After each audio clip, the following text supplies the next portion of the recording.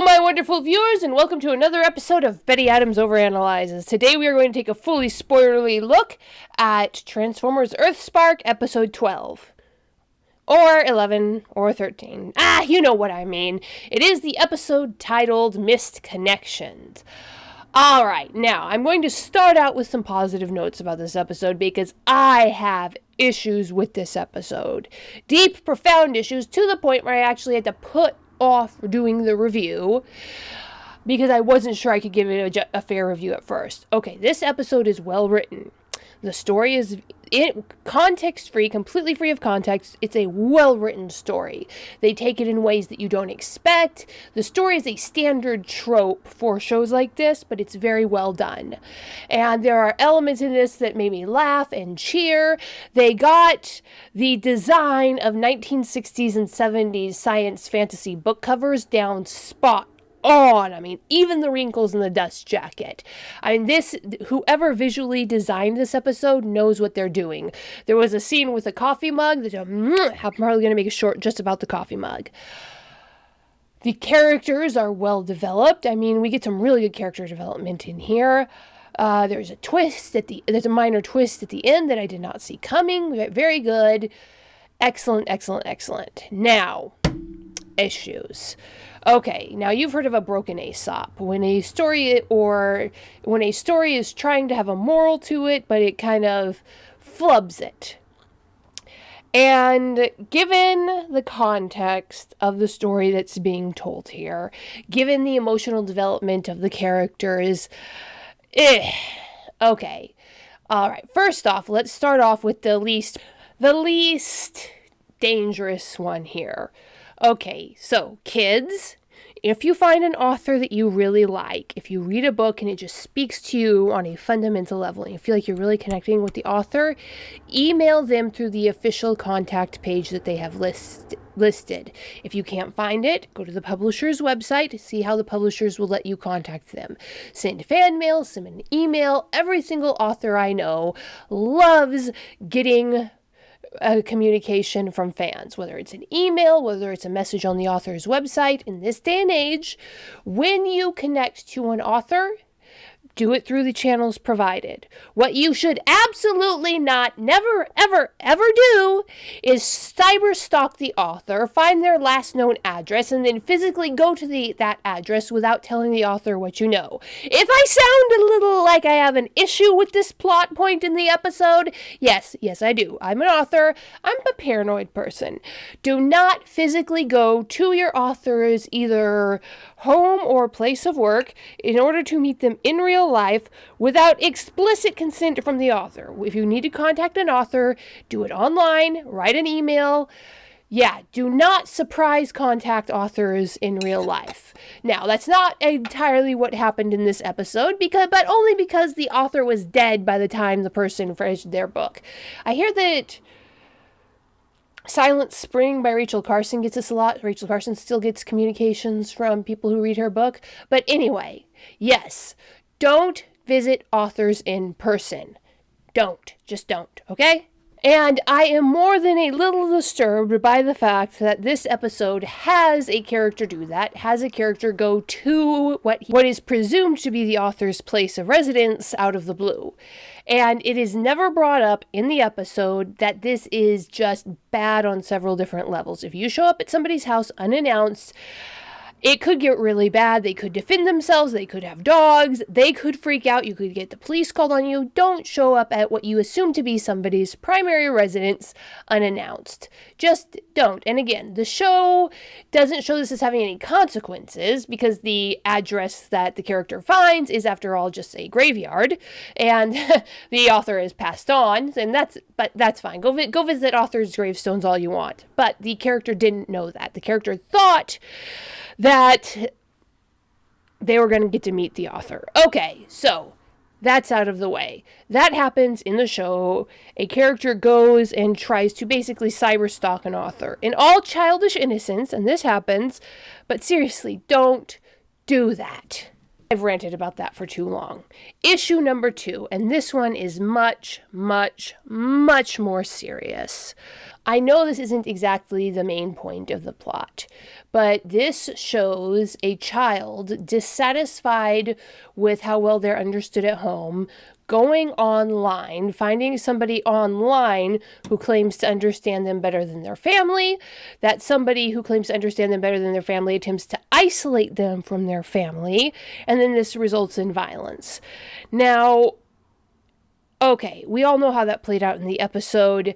Given the context of this second issue, given how intellectually and emotionally mature the character is, given how benign the online adult is, it all plays out well in the end. But I cannot stress enough how much it bothers me that the show has a child who is only months old, so a very young, emotionally vulnerable, inexperienced child, contacting someone online without the knowledge of their parents, and then having this whole story play out the way it does. Yes, there are negative consequences shown, but everything works out well in the end. And yes, there is a side of this that is paranoid. We can't teach kids to be so paranoid that they're terrified to interact with the world.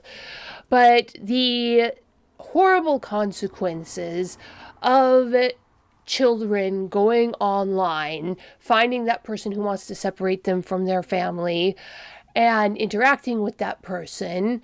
This is the stuff that parents' nightmares are made of. This is stuff that makes the evening news nationwide. I'm incredibly uncomfortable with how this episode, Misconnections, portrays this dynamic. On the other hand, to give the writers their due, to be perfectly fair, we are talking about an alien species that matures orders of magnitude faster than humans. So in this, we're probably looking at a character who is far closer to being a teenager. But I could make an entire video just listing the number of cults or organizations that go around looking for disaffected teenagers with that adult level of intellect and still childlike emotional vulnerability, specifically to put a wedge between them and their families and pull them off to make them drug runners for a gang or new cult members. And again, the show does show consequences, instant, flashy, violent consequences for that results directly from the child, in this case, not telling the parents what was going on, who was being communicated with.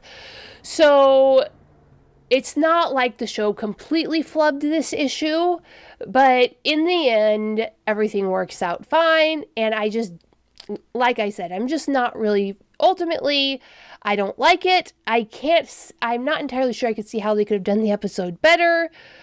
And you don't want to make this a moralistic browbeating because this is just a good story, and ultimately they did tell a good story. But yeah, that really, really bothered me. Okay, I had to get that off my chest first. I don't think I could have done justice to the rest of the episode without getting those two caveats out of the way. Whew! Alright, excellent story. Classic.